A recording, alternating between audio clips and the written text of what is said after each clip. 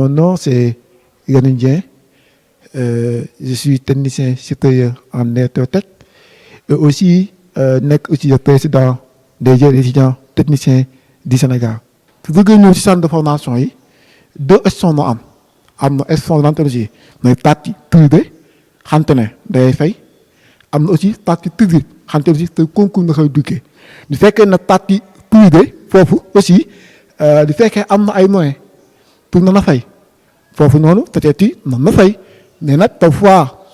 comme Sénégal yéen nekk donc yaay dañuy bind peut-être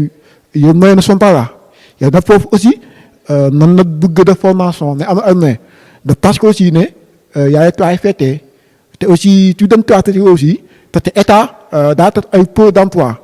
donc teg na plus de 46 peu d'emploi cette défense daa benn peu d'emploi bi fa nekk peu d'emploi nag foofu noonu nay jaar pour demander bourse moo xam na nekk bourse dans les écoles polytechniques na nekk bourse dans les écoles de formation ça dépend si yow la bëgg du fekkee ne aussi day bëgg a bourse dans les écoles de polytechnique comme tey ETT donc INSET aussi foofu pour am pour aussi man na mais foofu aussi DET nay de fekkee ne aussi parce que EST yëpp tamit DET nay de donc na demande bourse aussi am na yeneen choses aussi de partie yooyu la puis mais aussi dans les dossiers de formation aussi na demande bourse parce que du fekkee yooyu polytechnique foofu c'est ministère de l'enseignement supérieur yam bokk donc yooyu polytechnique ETT ñun ñëpp ministère de l'enseignement supérieur yam bokk yooyu nag ñu amaat aussi formation professionnelle géré par le ministère de l'emploi de la formation professionnelle de l'emploi et de l'insertion donc ñun ñooy gérer tout les centres yi nekk Sénégal ak école yi nekk Sénégal yëpp nag école technique yi pour ñëw nag pour bëgg a def technique centre de formation aussi fu BTS nay de aussi mën na dem ci 3FPT à travers des peu d'emploi ne dina bourse juste nag day yóbbaale ki daan na yóbbaale dana aussi na toog wax de formation bi bëgg a def ça dépend si yow formation bi na bëgg a def ah yéen aussi am na partie concours parfois tuuti nag yéen a yi dañuy jàng da pare du xool orientation te moment bii nii yanay fay du wax yéen si ñaan mais il faut tenter les concours parce que am na ay concours yi am Sénégal Japon JKS Tenki fait aussi de la force yi naan am na ay concours yi nag ça dépend ci fii yee dina bëgg a def bu fekkee ne fii yee technique yi kooku ñu nekk CUS ñoo xam ne de ak CUT T1 T2 S3 ñoo xam ne de du fekk aussi ne am na aussi yee concours yi am na des candidatures ñu nekk CI ay na nga def yi si man ni comme kii CDT des caisses am man photographiste yooyu waa ay na nga def mais aussi concours aussi dans les polytechniques aussi am na ay concours comme concours di am EST concours di am EPT mais aussi am na concours ante licence day commencé comme gis nañu INSET aussi je pense que am nañu licence en mécatronique aussi am na licence de France aussi foofu la ñuy former les professeurs les femmes foofu la ñuy former non seulement même sax yee psycho-conseil aussi mën nañu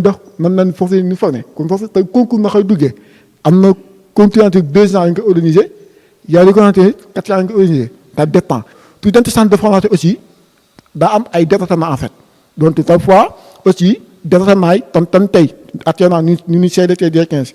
am na ay département yi ci nekk amul te yéen def na amul Sénégal Japon peut-être mën na dana am dana am ñu naan waay ça dépend parce que bu ñu nee TDT des 15 fii yu si am nañu fii ay département électrotech am nañu fii département électronique am nañu ci département électromécanique am nañu ci département génie civil am nañu département aussi de photo aussi am nañu département aussi de pense que yéen def naa ci nekk di fekk aussi Sénégal Japon aussi foofu aussi am na département de électromécanique un département maintenance des gens de roue un département aussi informatique industrielle un département aussi de automatique maintenant financiarisation am na fa aussi en tout cas mais aussi boo demee ki fait foofu aussi am na électrotechnique ki fait aussi am na automatisme ki fait aussi am na électronique ki fait aussi am na électromécanique donc mais redonner de la force aussi foofu maintenance yooyu yaay def maintenance industrielle yooyu yaay def de temps que aussi de temps que NED Sénégal de la force yaakaar naa ne dañ tijji dana trier fois et clinisation de seetaanat de yaakaar naa ne laa son projet bi de seetaanat est daa nga kii di ana di ou pas donc boo demee naa aussi foofu aussi am na énergie renouvelable en fait boo demee yu naan waay am na électromécanique donc yii noo am ci enseignement technique yaa di nag yow yaay xool fan mu bëgg a dem parce que am yu gën enseignement technique am na yu am parce que y a des niveaux kon tey bu fekkee aussi yow jàng na ba quatrième na bàyyi jàng foofu am na formation dana de mën na def CAP mooy CAP na équivalent CFEE di aussi jàng na ba troisième boobu aussi mën na de DT na équivalent BFEM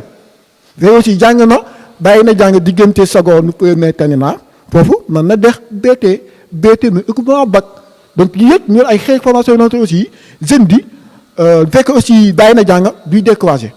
donc defaraat de formation na nekk en électrotech en électronique en génie civil en athlétisme beaucoup de formation taata tey aussi parce que man je connais des personnes am nañu bàyyi nañ jàng 2 ou 3 ans ni dañ ñëwaat defaat BT 3 ans nekk am bac maanaam BT équipement bac mais aussi BT ab bac maanaam BT ab bac technique daa am différence parce que BT yi ñoo dina complet ñun dañu leen di jàngal juste tout noonu aussi ñu dem liggéey si entreprise alors que ñuy def bac technique dañu leen di jàngal tout ñoom ñu mën a continuer seen njàng donc yooyu nag différence mais BT ab bac ay équipement en fait